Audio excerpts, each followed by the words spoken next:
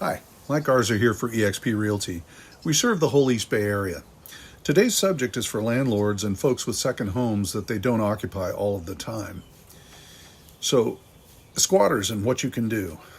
In California, squatters can gain some rights primarily through the principle of adverse possession. This means that if a squatter openly and continuously occupies a property for 5 years, paying property taxes, they can potentially claim ownership.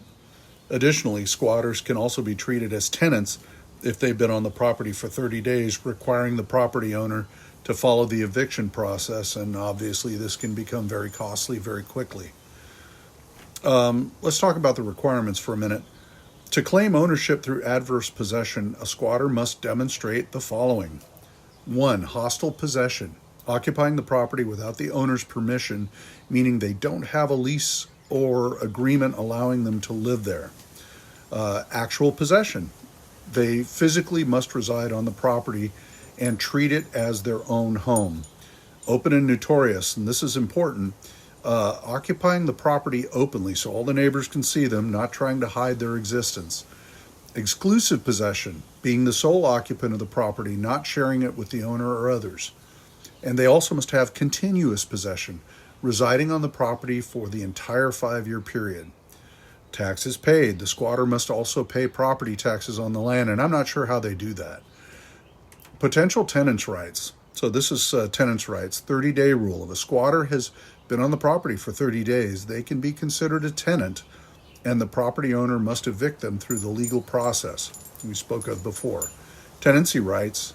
Once a squatter is considered a tenant, they have certain rights, including the right to receive a notice of eviction and the right to defend themselves in court. How do you prevent squatters? Well, property owners can take steps to prevent squatters from occupying their properties, such as regularly inspecting the property, making property appear inhabited, installing security measures like lighting and alarms, securing access points with locks and barriers, posting no trespassing signs. That sounds simple, but a lot of people don't do it. Now, how do you deal with squatters? Okay, if a squatter is found on the property owner should contact law enforcement to report the trespass. Serve the squatter with a notice to vacate.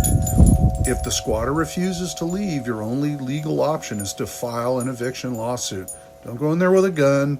Don't try changing the locks. You'll just get yourself in trouble.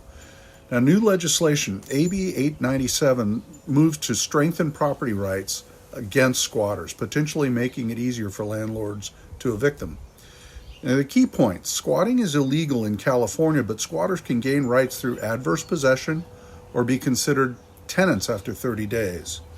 Property owners have a responsibility to protect their property and take action when squatters are present.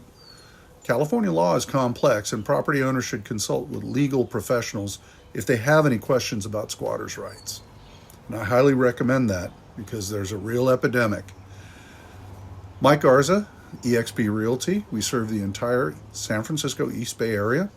If you need my help, or if you're selling or buying and you have any questions, please feel free to give me a call. My contact info will be at the end of this message. Thank you so much and have a great weekend. Bye-bye.